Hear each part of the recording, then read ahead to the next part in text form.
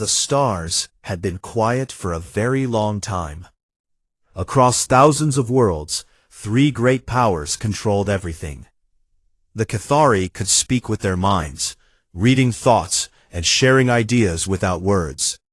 The Vrex built machines that seemed like magic, computers that thought faster than any living brain. The Azurians were old, so old that they remembered when the galaxy was young, and they spent their time thinking deep thoughts about the nature of existence. Together, these three species formed the Galactic Council. They made the rules. They decided which species could travel between stars and which had to stay home. They believed this was right and proper because they had been doing it for 50,000 years. In all that time, no one had seriously challenged them. The Council saw themselves as teachers and protectors. When a new species developed space travel, the Council would arrive with smiles and offers of friendship. But the friendship came with conditions. New species had to accept that they were young and foolish. They had to follow Council guidance for thousands of years before earning full membership. Most species accepted these terms. After all, the Council had impressive ships and powerful weapons. It seemed wise to cooperate. Then the humans arrived, and everything changed. The exploration ship Endeavour crossed into Council space on a Tuesday afternoon, Earth time. Captain Sarah Chen stood on the bridge, watching the stars through the view screen.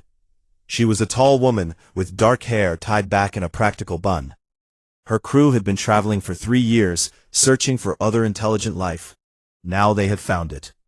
The Cathari ship appeared first, materializing from faster-than-light travel in a flash of blue energy. It was beautiful, all curves and flowing lines, like a work of art that could fly. Captain Chen ordered her crew to broadcast friendship signals on all frequencies. She smiled, excited and nervous. This was the moment humanity had dreamed about for centuries. The Cathari captain, a being named Felmore, appeared on the view screen. He looked almost human, with 2 arms and 2 legs, but his skin was pale blue and his eyes were large and black. When he spoke, his mouth moved, but Chen felt his words in her mind as much as heard them with her ears. It was unsettling, but fascinating. The conversation was polite. Felmore welcomed humanity to the galactic community. He explained the Council and its rules. He made everything sound reasonable and generous. The Council would protect Earth. They would share some technology. They would teach humans how to be proper members of galactic civilization. All humanity had to do was accept Council authority for the next 2,000 years. Captain Chen thanked Felmore politely and said she would relay his offer to Earth. She kept her smile in place, even though something about this arrangement bothered her. 2,000 years was a long time. Humanity had gone from bronze tools to starships in less than that. What would they become in 2,000 more years under someone else's control? Back on Earth, the United Coalition debated. This was the governing body that represented all human nations. Formed after the near disasters of the 21st century, taught humanity that they had to work together or die divided. The coalition chambers in Geneva, filled with representatives from every continent, all arguing about what to do. Some wanted to accept. The Council was powerful and ancient. Fighting them would be suicide. Better to learn from them, grow under their protection, and earn independence eventually. Others refused. Humans had fought too hard for freedom to surrender it now. Every nation on Earth had stories of empires and overlords, of people who claimed to know what was best for others. Those stories never ended well for the people being controlled. Dr. Marcus Webb represented the opposition. He was an older man, his hair gray, his face lined with decades of diplomatic work. He had negotiated peace treaties and trade agreements on 6 continents. He knew the language of power. When Webb stood to speak, the chamber fell silent. His voice was calm but firm. He explained that the Council's offer was not protection, but submission. 2,000 years of oversight meant 2,000 years of dependency. Humanity would learn only what the Council wanted them to learn. They would think only thoughts the Council approved. Webb concluded with a simple statement that echoed through history. He said that humanity appreciated the Council's offer, but they would have to decline. Humans would chart their own course among the stars.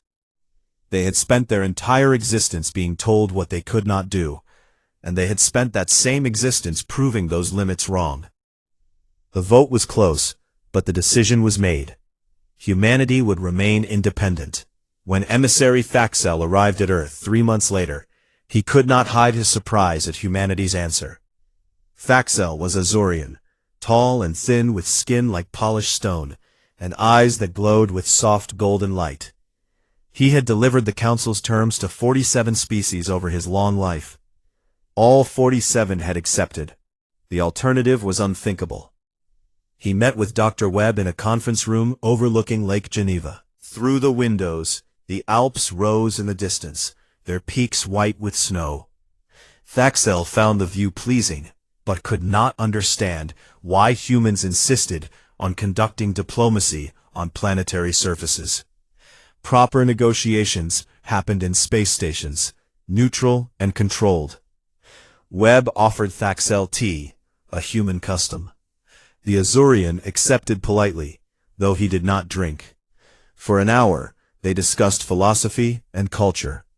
Then Thaxel explained, with great patience, what would happen next. The Council would implement a containment protocol. Human ships would not be permitted to expand beyond their current territory.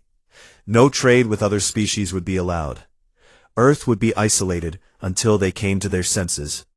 This had never been necessary before, but the Council was prepared to be patient. In a decade or two, when resources grew scarce and humanity saw the cost of their pride, they would accept the Council's generous terms. When Thaxel finished, the old diplomat smiled. It was not a happy smile. It was the smile of someone who had played this game before and knew how it ended. Webb thanked Thaxel for his honesty. Then he explained something that the Azorian emissary would remember for the rest of his very long life. He said that humanity had been studying the Council since first contact. Every diplomatic meeting, every cultural exchange, every shared piece of information had been analyzed. Humans were very good at learning, especially when their freedom depended on it. The containment protocol would not work the way the Council expected. Humanity was already more capable than the Council realized. They had made assumptions about human technology based on their own development paths. Those assumptions were incorrect. Thaxel left Earth troubled. He reported back to the Council, but his concerns were dismissed. The Council had seen countless young species threaten and bluster. None had ever backed up their words with action. Humanity would be no different. Time and isolation would teach them humility. The Council deployed observation fleets to human space. Warships positioned themselves at every route leading outward from Earth's solar system. The blockade was in place. Now, they would wait. What the Council did not know, what they could not know, was that humanity had already sent colony ships into deep space years before first contact. Those colonies were growing, building, preparing, and they were all connected through quantum communication networks that the Council had never imagined possible. The trap the Council thought they had set was actually the trap they had walked into. They had shown humanity exactly where they were, and how they thought. Now humanity knew what they were dealing with. On Earth, in secret facilities buried deep underground and hidden on the dark side of the moon, military planners and scientists worked day and night. They studied the Council ships. They analyzed Cathari telepathy and Vrex computers and Azurian philosophy. They looked for weaknesses. They found many. Captain Chen returned to space 6 months after first contact, commanding a new ship built with all of humanity's desperate innovation. She looked at the Council blockade fleet and felt no fear. They were strong, yes. They were advanced, yes. But they had forgotten something important. They had forgotten that the most dangerous species in the galaxy was not the strongest or the smartest. It was the one that refused to accept defeat. The one that saw every obstacle as a puzzle to solve. The one that would try 1,000 solutions until something worked. They had forgotten what it meant to be human. The galaxy was about to remember. 18 months passed under the blockade. Human colony ships turned back at the containment perimeter. Trade convoys that tried to reach independent frontier worlds were stopped by Council warships. Earth's economy adapted, becoming more self-sufficient, but the pressure was real. The Council watched and waited for humanity to break. They did not understand that pressure makes diamonds. The exploration vessel Prometheus left Earth on what appeared to be a scientific mission. Her captain, James Rodriguez, was a quiet man who had spent 20 years studying stellar phenomena. His crew of 200 included astronomers, geologists, and xenobiologists. The ship was clearly marked as civilian, painted white with Earth's blue and green symbol on its hull. The Prometheus traveled to an unclaimed system beyond the containment zone. Technically, this was not a violation of Council protocols. The blockade applied to expansion into claimed territories, but this region of space belonged to no one. Captain Rodriguez filed proper notifications with the Council, following all the rules. Lord Captain Veloth of the Cathari Dominion saw an opportunity. He commanded the patrol fleet in that sector, 3 heavy cruisers and a dozen escort ships. Veloth was ambitious, eager to prove himself to his superiors. He saw the Prometheus as a chance to teach humanity a lesson they would not forget. When the human ship entered the unclaimed system, Veloth's fleet surrounded it. He broadcast a message explaining that the Prometheus had violated the spirit of the containment protocol, even if not the letter. Its crew would be taken into protective custody for proper education about galactic citizenship. This would take approximately 6 months, perhaps longer. It was for their own good. Captain Rodriguez protested. His crew had done nothing wrong. They had followed every rule. Veloth listened with the patience of someone who held all the power. Then, he disabled the Prometheus with a precise weapon strike that destroyed its engines without killing anyone. Cathari technology was very advanced. They could hurt someone without killing them, which they considered civilized. The crew of the Prometheus was transferred to Veloth's flagship. They were not mistreated, not physically. They were given comfortable quarters and adequate food. But they were prisoners, and everyone knew it.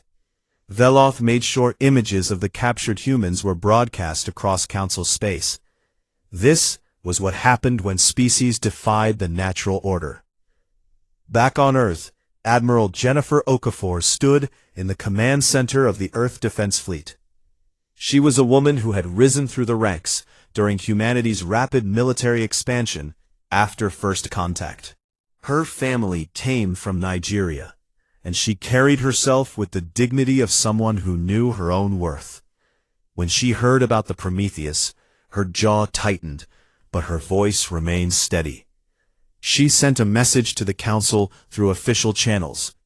Return the crew of the Prometheus immediately. They have committed no crime. This is an act of piracy under any law, human or galactic. The Council debated. This was how they handled everything, through endless discussion and careful consideration of precedent. They were unaccustomed to urgency. In their experience, patience always won. They decided they would return the humans eventually after proper cultural education. 6 months seemed reasonable, perhaps a year to make sure the lesson stuck. Admiral Okafor gave them 48 hours. The Council representatives laughed.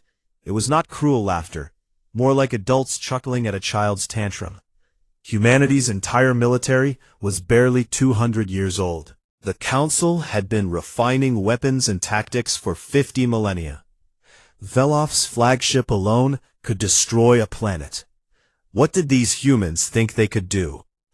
The deadline passed. The council ignored it. What happened next would be studied in military academies across the galaxy for generations. 3 Cathari military installations, spread across hundreds of light years, were hit simultaneously.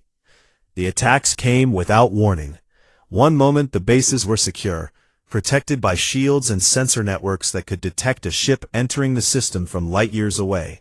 The next moment, human strike teams were inside. They did not arrive by ship.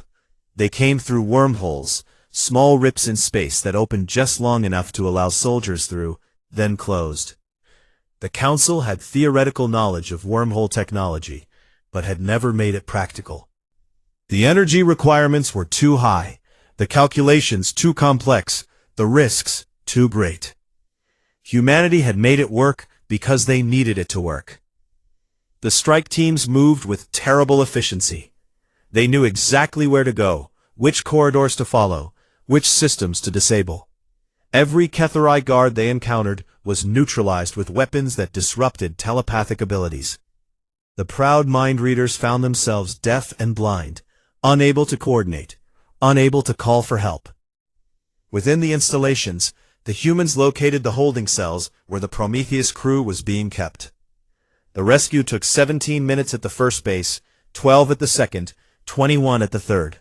Then the strike teams disappeared back through their wormholes, taking every single captured human with them. They left destruction in their wake.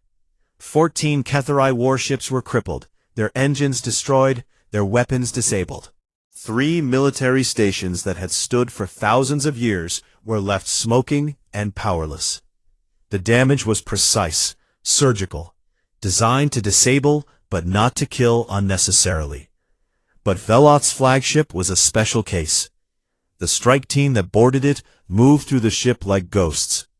They found Veloth on his bridge, surrounded by his command crew. The Cathari reached out with their minds to coordinate a defense, but human technology blocked them. The firefight was brief and brutal. When it ended, Veloth sat alone in his command chair. His crew lay dead around him. Every screen in his ship showed the same looping message in perfect Cathari script. You were warned. Return what you take, or we will come take it back.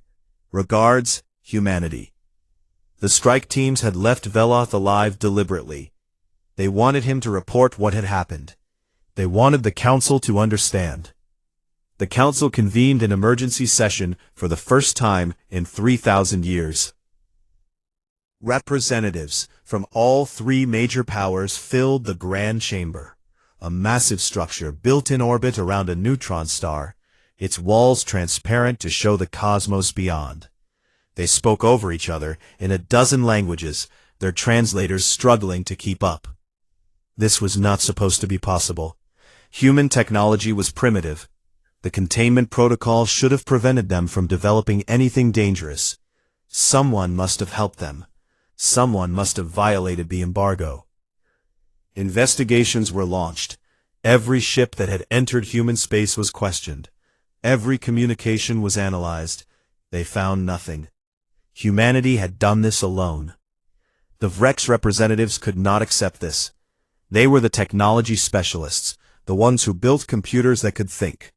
They insisted on examining every piece of data from the attacks. Their analysis revealed something disturbing. The human wormhole technology worked on completely different principles than Council physics. Humans had approached the problem from an angle the Council had never considered. While the Council had spent millennia perfecting existing technologies, making them more efficient and powerful, humanity had been inventing entirely new approaches. The Cathari demanded revenge. Their pride was wounded. They wanted to assemble a war fleet and crush Earth. The Azurians counseled patience. They suggested negotiation, compromise, a face-saving solution that would prevent further escalation. The Vrex offered a third option. They were confident, supremely so, in their technological superiority. One disaster did not change 50,000 years of advancement. They would demonstrate proper overwhelming force. They would show these humans what real power looked like. Then humanity would surrender. The Azurians were outvoted. The decision was made. They would assemble the Judgment Fleet, the largest armada deployed in 10,000 years. 300 warships, representing all three major powers. Every ship was a masterpiece of military engineering. Their shields could stop any known weapon. Their guns could crack open moons. Their computers could calculate battle strategies faster than biological brains could think. The fleet would travel to Earth itself and demand surrender.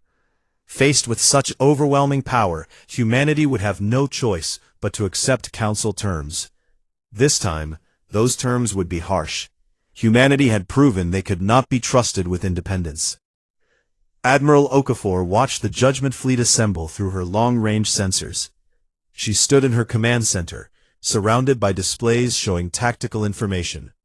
Around her, young officers watched their screens with nervous eyes.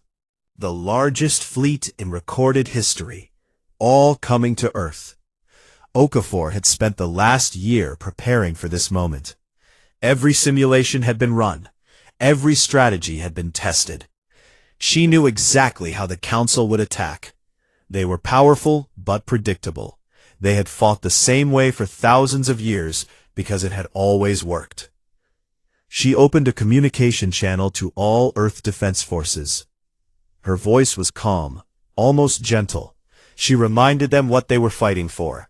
Not conquest, not glory, just the simple right to be free, to make their own choices, to succeed or fail on their own terms. Then she gave the order that changed the galaxy. She said just 3 words, but they would echo through history. She said, "Let them come." The Judgment Fleet jumped into the Sol system. They expected to find Earth defended by primitive ships, perhaps a few orbital platforms. They expected humanity would take one look at the fleet and surrender immediately. Instead, they found something that should not exist. The space around Earth was filled with defensive stations that dwarfed anything in Council records. Thousands of satellites moved in complex patterns, their purpose unclear but somehow threatening. The moon itself appeared to be fortified, covered in structures that sensor seeds identified as weapons. Admiral Okafor broadcast a message on all frequencies. Her face appeared on every Council ship's view screen. She did not threaten. She did not bluster. She simply stated a fact. She said, "You have come to our home." That was unwise. The Battle of Sol began, and the galaxy would never be the same. The Vrex contingent led the attack. They moved in perfect formation, 36 heavy cruisers arranged in a geometric pattern that maximized their shield overlap and firing solutions. It was a formation they had used for 5,000 years. It had never failed. Commander Zekthar watched from his flagship as his weapons locked on to the nearest human defensive station. The station was large, but appeared to be nothing special. His computers calculated that it would take approximately 40 seconds to destroy. He gave the order to fire. Beams of concentrated energy lashed out across the darkness. They struck the station's shields, which flared and held. Zekthar nodded in approval. Adequate defensive technology for a young species. His ships would need to fire 3 or 4 more volleys. Still, 40 seconds was optimistic. Perhaps 2 minutes would be more realistic. That was when the human response came, and Zekthar's world turned into chaos. The defensive station did not return fire with energy weapons. Instead, it launched thousands of small objects. At first, Zekthar thought they were missiles, but they moved wrong. They accelerated too fast, reached velocities that should have torn them apart. His computers identified them as solid metal projectiles, just chunks of iron and steel. Then they started hitting his ships at 3% of light speed. The Vrex shields were designed to stop energy weapons and deflect missiles. They had never been tested against solid objects moving at relativistic speeds. The kinetic energy was enormous. When a piece of metal the size of a fist hit a Vrex cruiser at that velocity, it punched through the shields like they were not there.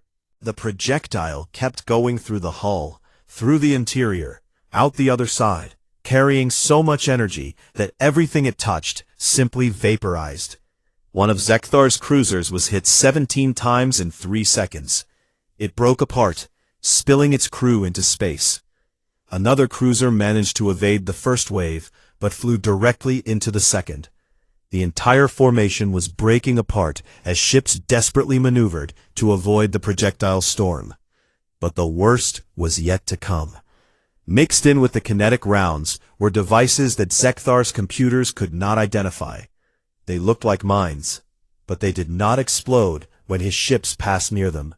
Instead, they did something that should have been impossible. They ignored the shields and materialized inside the ships.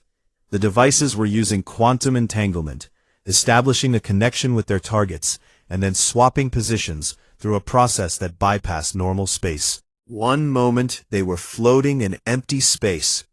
The next moment they were in the engine room of a Vrex cruiser. Then they exploded. The Vrex prided themselves on formation cohesion. Their ships flew close together, supporting each other, overlapping their shields. This had always been their greatest strength. Now it became their greatest weakness. The quantum mines spread from ship to ship through the formation.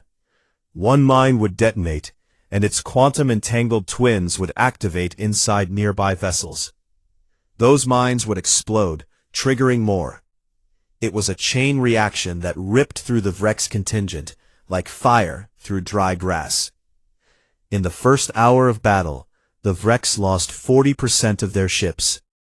Commander Zekthar survived because his flagship was at the edge of the formation, but he would never forget watching his armada tear itself apart. When he finally ordered a retreat, he did so with the bitter knowledge that humanity had turned the Vrex's greatest tactical advantage against them. The Cathari attacked next, learning from the Vrex failure.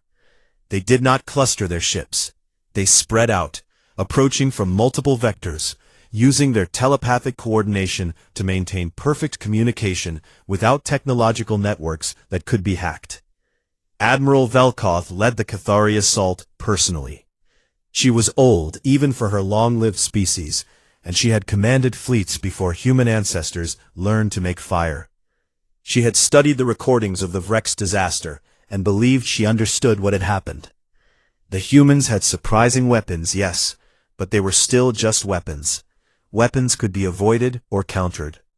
Her telepathic network linked every Cathari captain, every tactical officer, every gunner. They thought as one, moved as one, adapted as one. No artificial computer could match the speed and flexibility of linked organic minds. This was the Cathari's advantage, and Velkoth intended to use it. The human response was unexpected. The defensive satellites began broadcasting on frequencies that should not have affected biological brains. They were not standard radio waves, or even standard electromagnetic radiation. They were something else, something that resonated with telepathic frequencies. The Cathari called it psychic chaff. The technical term did not matter. What mattered was the effect. Every Cathari telepath felt it like static in their mind, a buzzing noise that made thought difficult and telepathy nearly impossible. The perfect coordination fractured. Captains suddenly could not hear their tactical officers. Gunners lost the shared targeting data. Ships that had been moving in harmony started making independent decisions, sometimes contradicting each other. Velkoth tried to compensate, pushing her telepathic abilities harder, trying to cut through the interference. She managed to reach some of her captains, but the effort gave her a headache that felt like her skull was splitting. Around her, other telepaths were in worse condition. Some were unconscious. One was bleeding from his nose and eyes. Without their coordination, the Cathari fleet was just a collection of individual ships, powerful but no longer unified. The humans exploited this ruthlessly. Their attacks focused on isolating ships, overwhelming them with numerical superiority before moving to the next target. Velkoth ordered a retreat after losing 23 ships in 2 hours. It was a defeat that should have been impossible. The Catharii had built their entire military doctrine around telepathic coordination. Humanity had found a way to simply turn it off. The Azurian dreadnoughts came last. These were ancient vessels, some older than human civilization. They were massive, each one large enough to carry a city inside. Their armor was made from materials that the Azurians had forged in the hearts of dying stars. For 10,000 years, nothing had ever penetrated that armor. The dreadnoughts were considered invulnerable. High Commander Thasarel had lived for 8,000 years. He had seen empires rise and fall. He commanded 7 dreadnoughts, and he approached Earth with the confidence of someone who had never known defeat. He did not expect to fight. He expected humanity would surrender when they saw what was coming for them. The human weapons that had destroyed Vrex shields and disrupted Cathari telepathy bounced off the dreadnought armor without effect. Thasarel allowed himself a moment of satisfaction. The humans had impressive tricks, but they could not overcome fundamental physical superiority. His ships would slowly approach Earth, weathering whatever attacks came, until they were in position to demand surrender. Then the molecular disruptors activated, and Thasarel learned that even stars can die. The human weapons did not try to break through the armor. They attacked the atomic bonds that held the metal together. The effect was not immediate. At first, nothing seemed to happen. Then small cracks appeared in the hull. The cracks spread, branching like lightning. The armor that had withstood 10 millennia of warfare began to fall apart at the molecular level. One dreadnought lost its primary hull integrity in the 6th hour of battle. Atmosphere vented into space. Emergency bulkheads sealed, but entire sections were now exposed. A second dreadnought suffered cascading structural failure, its spine breaking, the two halves drifting apart. Thasarel stared at his screens in horror. These ships had survived battles with ancient weapons that could burn planets. They had endured impacts from asteroids. They had flown through the coronas of stars. Now they were being taken apart by weapons that worked on a scale too small to see. The Azurian dreadnoughts retreated after 8 hours. Thasarel had lost 2 ships completely, and the other 5 were damaged so badly they would need years of repairs. He felt very old as he gave the retreat order. He had thought he understood the limits of what was possible in warfare. Humanity had shown him he was wrong. The Judgment Fleet limped away from Earth after 18 hours of combat. They had come with 300 warships. They left with less than 200 still combat-capable. The greatest military force assembled in 10,000 years had been defeated by a species the Council had considered primitive. Admiral Okafor watched them go. She did not celebrate. Too many of her people had died in the battle. 17 defensive stations had been destroyed. Over 4,000 human soldiers and crew members would not be coming home. The victory had been costly. But it had been a victory, and that changed everything. Okafor opened a communication channel that broadcast on every frequency the Council used. Her face appeared on billions of screens across Council space. She looked tired, older than her years, but her voice was firm. She said that humanity had not wanted this war. They had asked only to be left alone, to find their own place in the galaxy on their own terms. The Council had come to their home with weapons. Humanity had defended itself. Then she said something that would be quoted in history books for centuries. She said, "This could end now, or it could continue until everyone involved was diminished and broken. The choice was the Council's to make, but they should choose wisely." The galaxy watched in stunned silence. Across thousands of worlds, billions of beings who had accepted Council authority without question saw something impossible. The mighty Council, the eternal powers who had ruled for 50 millennia, had been defeated. On the Council homeworlds, the leaders met in emergency session. The debates were angry, desperate, confused. The Cathari wanted revenge, but they had no idea how to achieve it. The Vreks wanted to study human technology, to understand how they had been beaten.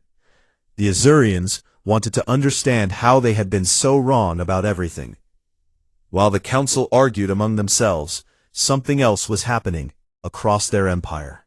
On client worlds, in species that had accepted council authority generations ago, people started asking questions they had never dared ask before.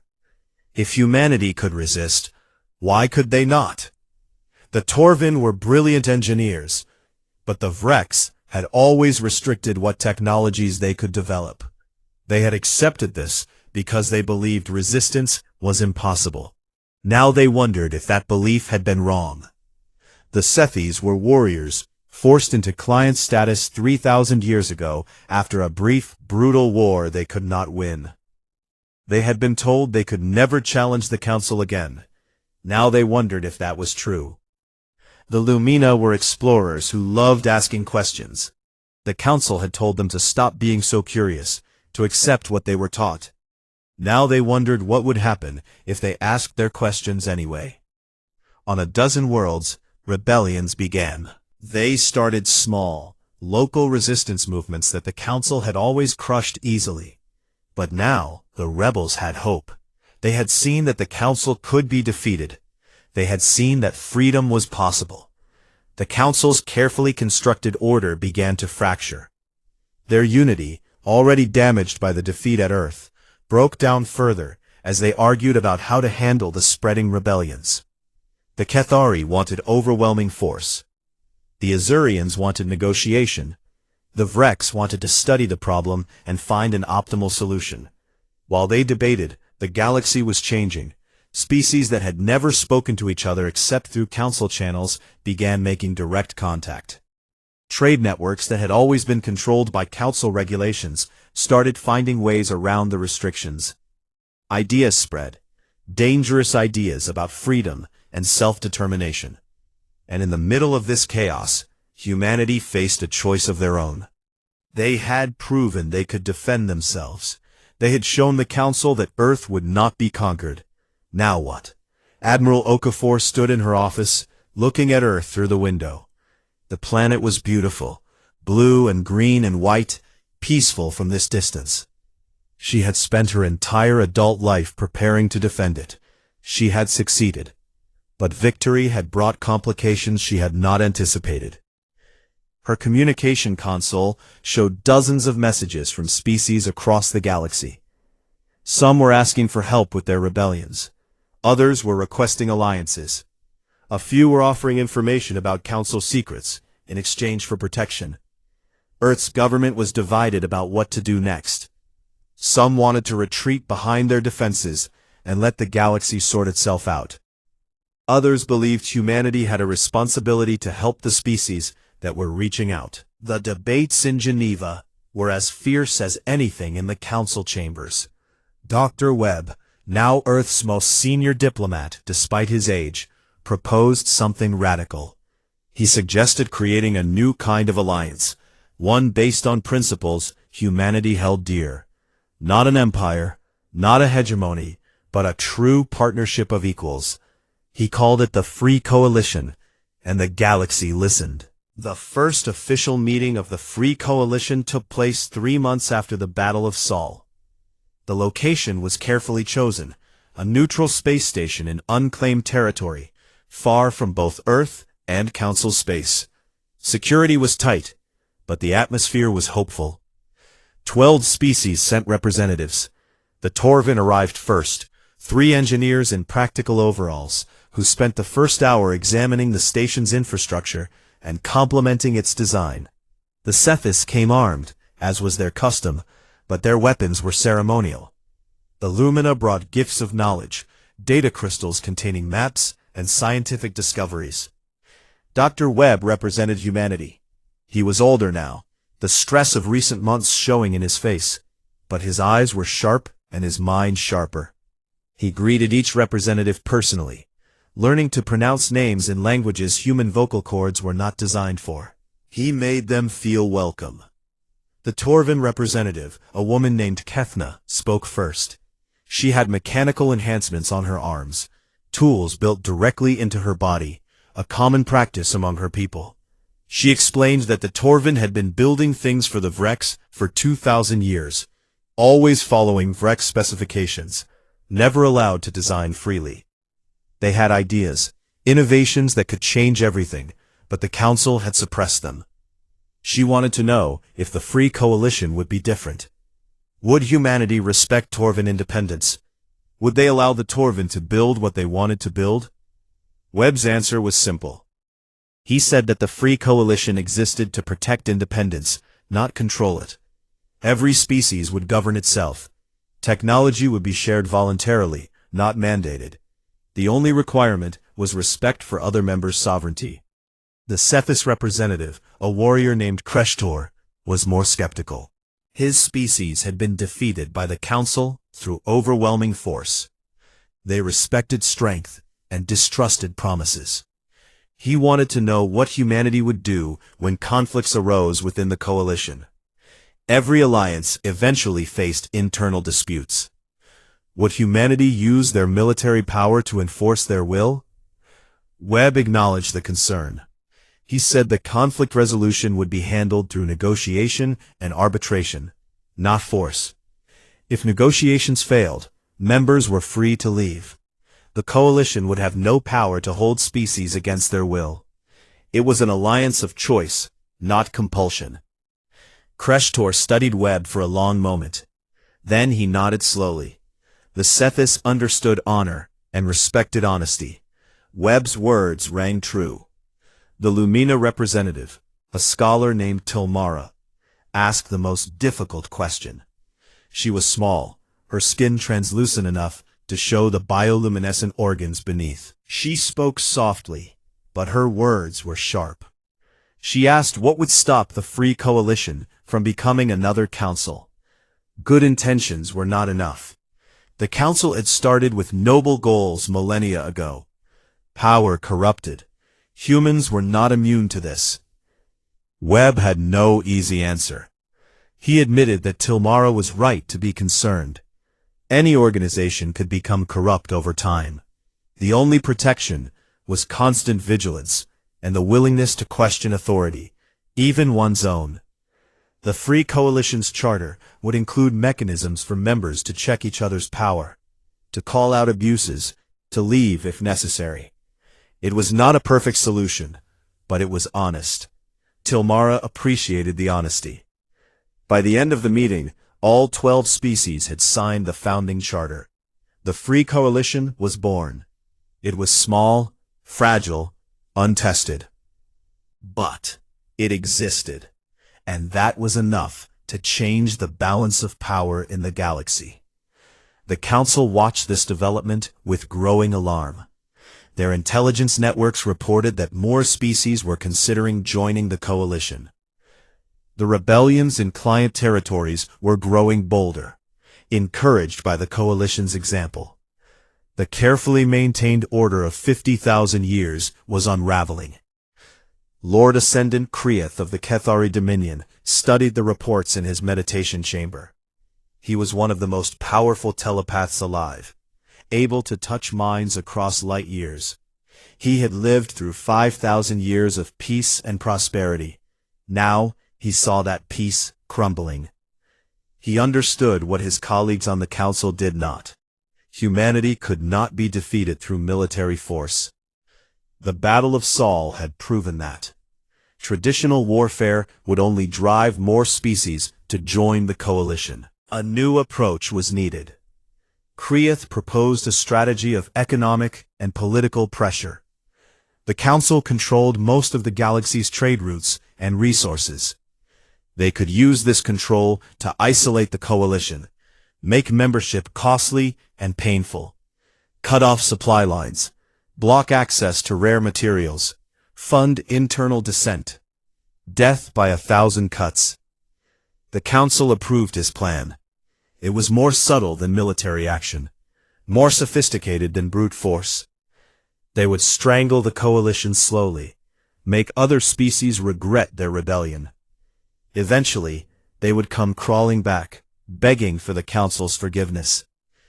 Krieth had one more element to his strategy, something he did not share with the full Council. He would target humanity's greatest weakness, the trait that made them both dangerous and vulnerable. Humans could not resist helping others. The Pelos were a client species facing ecological disaster. Their homeworld was dying, poisoned by industrial pollution from technologies the Council had given them without proper environmental guidance.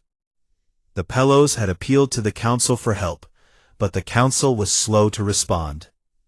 Resources were stretched, attention focused on the growing crisis. The Pelos could wait. Krieth made sure information about the Pelos situation reached human intelligence networks. He made sure the details were heartbreaking. Children dying from toxic air. Entire cities becoming uninhabitable. A species facing extinction within a generation. He knew what would happen next. Humans would want to help. They would not be able to stop themselves. The trap was that the Pelos' homeworld was deep in Council space, surrounded by military installations. Any rescue mission would have to cross multiple borders, violate Council sovereignty. The Council could frame it as an invasion, use it to justify military action, and turn galactic opinion against the Coalition. On Earth, the intelligence reports about the Pelos landed on Admiral Okafor's desk. She read them with a sinking feeling in her stomach. She saw the trap. It was obvious, almost crude in its simplicity, and it would probably work. She called a meeting with Webb and the civilian leadership. They discussed the situation for hours. Everyone agreed it was a trap. Everyone agreed going to help the Pelos would give the Council exactly what they wanted, an excuse for war. And everyone agreed they had to go anyway. Webb summarized the consensus. He said that if the Free Coalition meant anything, if their principles were more than just words, then they could not ignore people dying when they had the power to help. Yes, it was a trap. Yes, it would be dangerous. But some things were worth the risk. The question was not whether to go, but how to minimize the damage. The rescue fleet was assembled carefully. No warships, only hospital ships and terraforming vessels. They were civilian ships, painted white with medical symbols. The escort force was minimal, just enough to defend against pirates or accidents. The entire operation was broadcast openly. Humanity announced their intentions to the entire galaxy. They were going to save the Pelos, not to conquer, not to claim territory, just to help. If the Council wanted to frame humanitarian aid as an invasion, let them try. The galaxy would judge who was right. Captain Sarah Chen commanded the mission. She was back in space after months of recovery from injuries suffered during the Battle of Sol. Her ship, a new vessel named Hope, led a fleet of 37 rescue ships. As they crossed into Council space, she broadcast continuous updates about their mission. Every sensor reading, every communication, every action was transmitted openly. Transparency was their only protection. If the Council attacked a clearly marked humanitarian fleet, they would have to do so in full view of the galaxy. The journey took 3 weeks. During that time, more ships joined the fleet. Not human ships, but vessels from other coalition members. The Torvins sent engineering platforms to help with the terraforming. The Cephis sent security forces to protect the medical teams. The Lumina sent their best scientists. The Coalition was showing unity and purpose.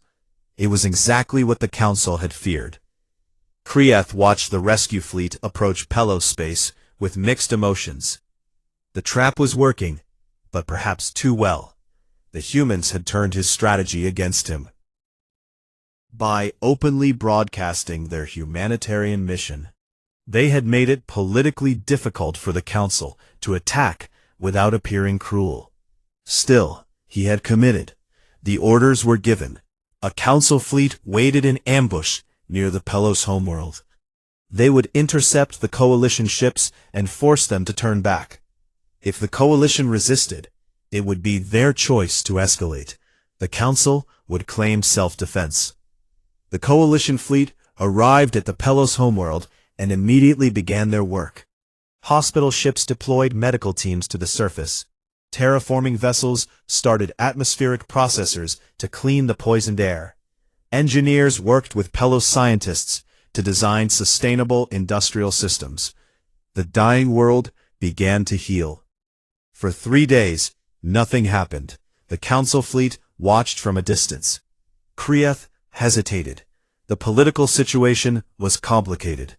Every species in the galaxy was watching.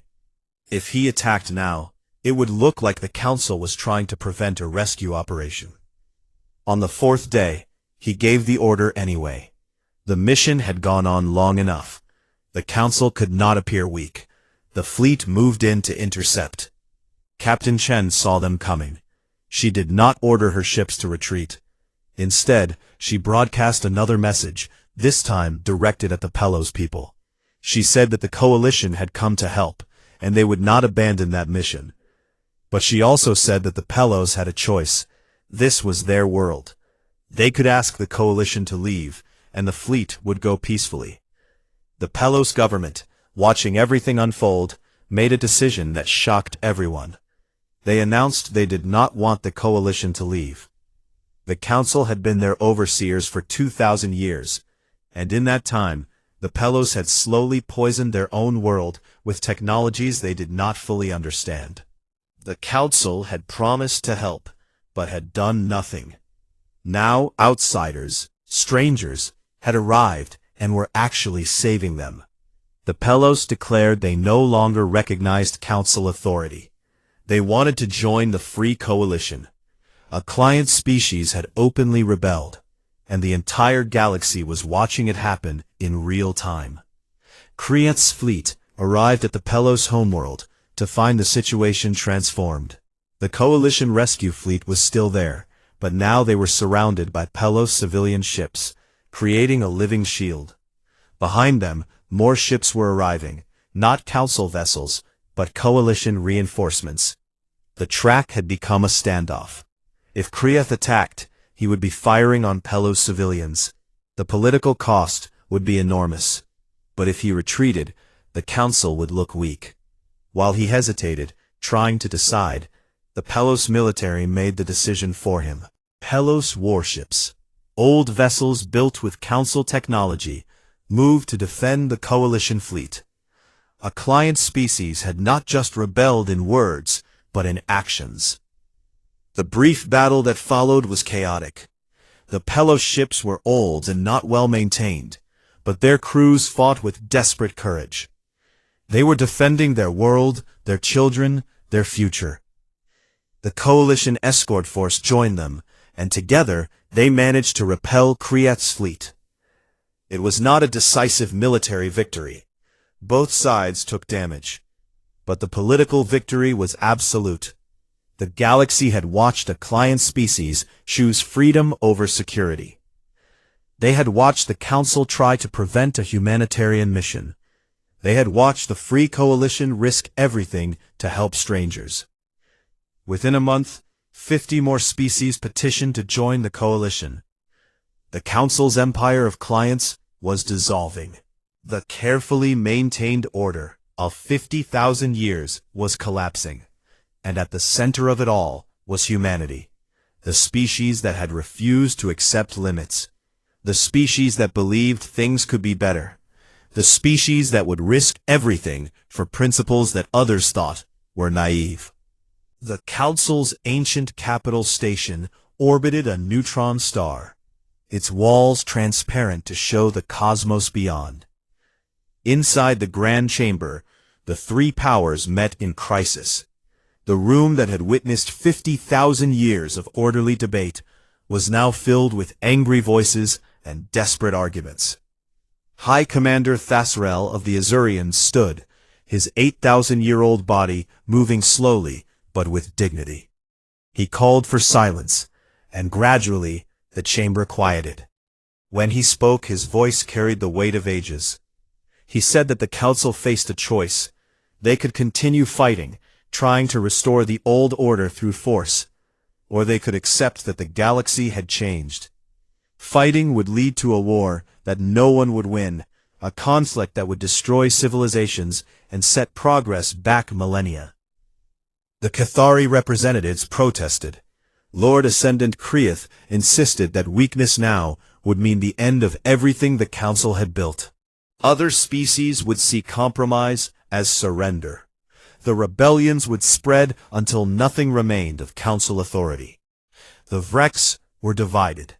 Some agreed with the Cathari, wanting to develop new weapons and try again. Others argued that the data was clear. Humanity had demonstrated technological innovation that the Council could not match, not quickly enough. And they were not fighting alone anymore. The Free Coalition was growing stronger every day. The debate raged for days. Meanwhile, more species were leaving Council authority. The exodus was accelerating. Economic systems built over millennia were collapsing as trade networks realigned. Some Council worlds were facing shortages of essential goods. Finally, an unexpected message arrived.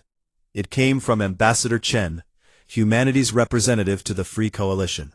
She had replaced Dr. Webb, who had finally retired after achieving what he had worked toward his entire career. Chen had been the captain who made first contact with the Council. Now she was offering them a way forward.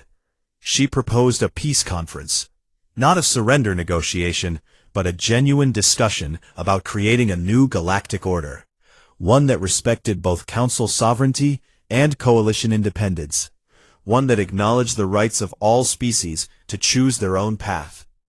The offer was radical. The Council would have to accept that their age of unquestioned authority was over. They would have to negotiate as equals with species they had once considered children. For many, this was unthinkable, but the alternative was a war that would burn the galaxy.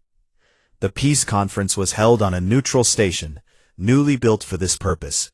The location was symbolic, a place that belonged to neither Council nor Coalition, but to the possibility of something new.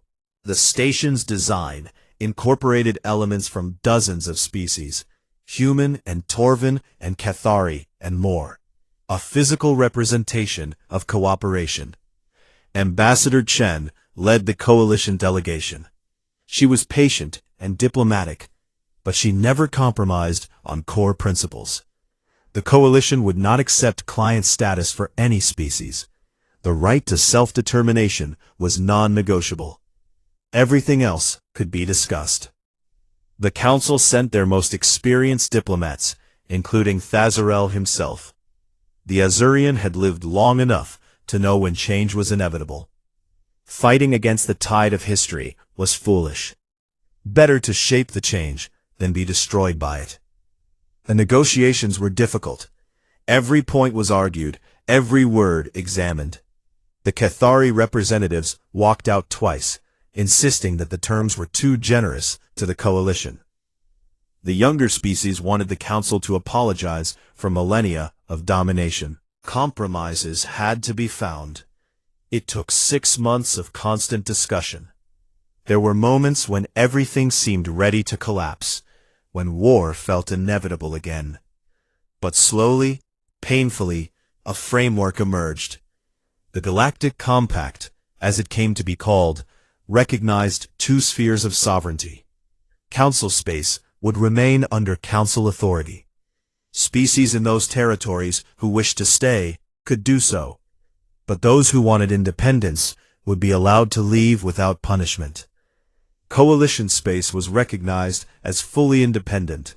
No Council authority, no oversight, no client status. Between the 2 spheres, neutral zones were established for trade and diplomacy. These zones would be governed by representatives from both sides, ensuring no single power could dominate.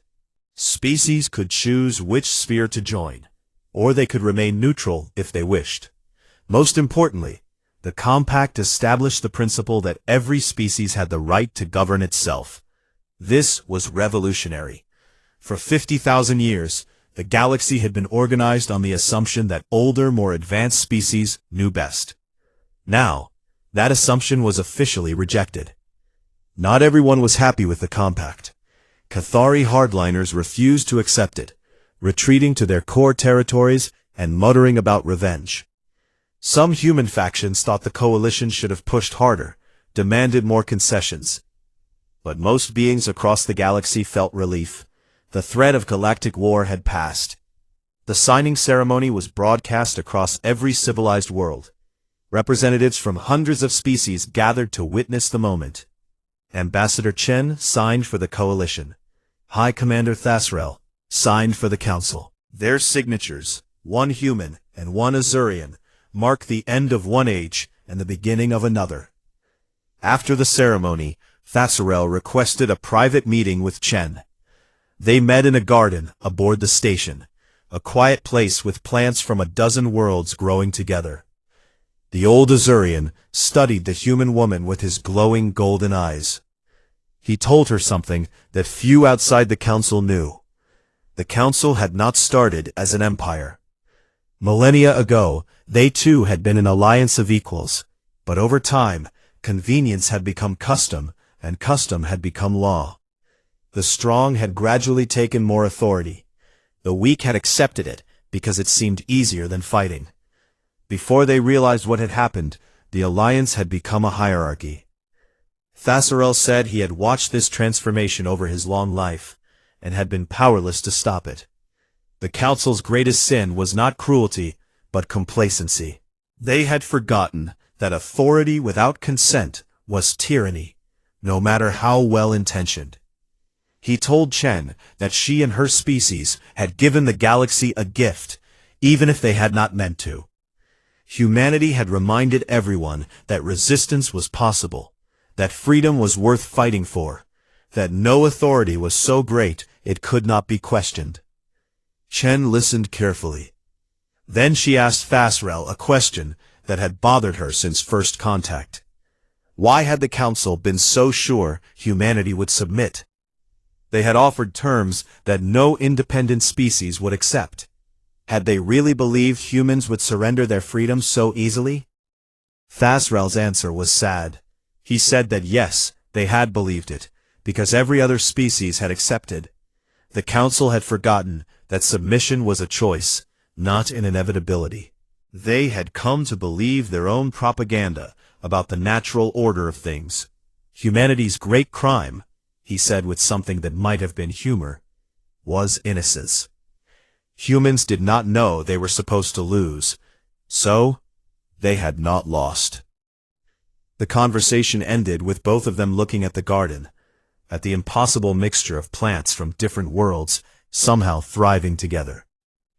It seemed like a good metaphor for what they were all trying to build. Life under the Galactic Compact was different than what had come before. The galaxy was more chaotic, less orderly, sometimes frustrating. Species made mistakes that the Council would have prevented.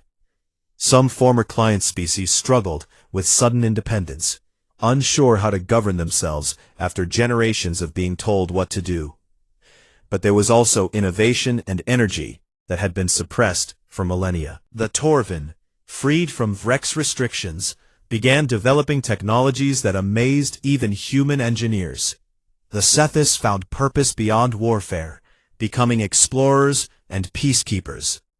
The Lumina asked their questions and made discoveries that expanded everyone's understanding of the universe. Humanity's role in this new galaxy was complex. They had started the revolution, but they tried not to dominate it. The Free Coalition grew to include over 200 species, but humanity made sure their voice was not louder than others. It was not always easy. Some species expected humans to lead, to make decisions, to be the new council. Humans had to constantly remind everyone that this was not what they wanted. Admiral Okafor retired 5 years after the peace conference. She gave a speech at her retirement ceremony that became famous across the galaxy. She talked about her life, her career, the battles she had fought. But mostly, she talked about what came after the fighting. She said that anyone could go to war. Warriors existed in every species.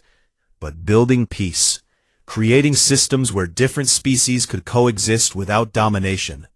That was harder than any battle. That required patience and humility and the constant willingness to admit mistakes. She said that humanity's greatest weapon had never been their technology or their tactics. It was their belief that things could be better, that impossible was just another challenge, that every species deserved the chance to reach for the stars on their own terms. She concluded by saying that the galaxy had trembled when humanity stepped into the conflict, not because humans were the strongest or the smartest, but because they refused to accept that the future was already written. They had shown thousands of other species that they could do the same. The old order had fallen. The new one was still being written.